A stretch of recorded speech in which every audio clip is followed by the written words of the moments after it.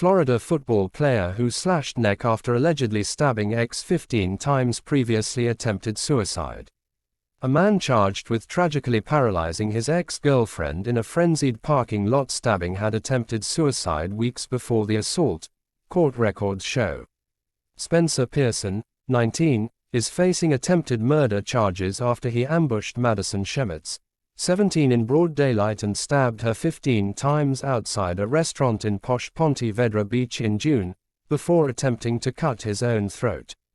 2 months earlier, Pearson's parents had him speak to counselors from a virtual mental health service named Here Tomorrow, after becoming worried about his mental condition, according to a recent court filing by his attorneys in the case.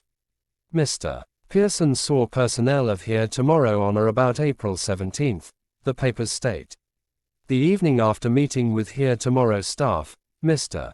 Pearson attempted to take his own life, resulting in an inpatient hospitalization for a period of 5 days.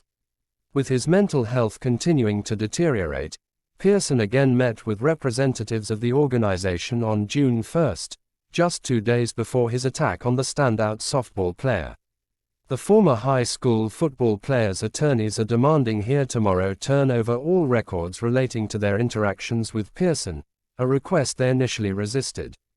As a non-clinical organization, we have no medical records to share, the group responded, according to the filing. Shemitz, a rising senior at Ponte Vedra High School, was at Mr. Chubby's wings with her mom and friend Casey Estep on June 3 when they spotted her ex-boyfriend, Pearson. Pearson and Shemitz had broken up months prior, but the jilted ex had been stalking her to the point that her mother, Jackie Roge, filed a complaint against him just days before the stabbing. Roge said her increasingly spooked daughter said Pearson had been following her on her way to school, leaving notes on her car and harassing her on social media. Shemitz had reportedly blocked Pearson on her channels, but he then created fake accounts to maintain access to his ex. When the group left the eatery and began walking to their car, Pearson suddenly charged at Shemitz, cops said. He then allegedly held her down and stabbed her roughly 15 times before turning to Roge, slashing her in the forehead and leg, according to a warrant. Kennedy Armstrong, 23, a bystander who pulled Pearson off Shemitz and likely saved her life, was also stabbed before the suspect cut his own throat, authorities said.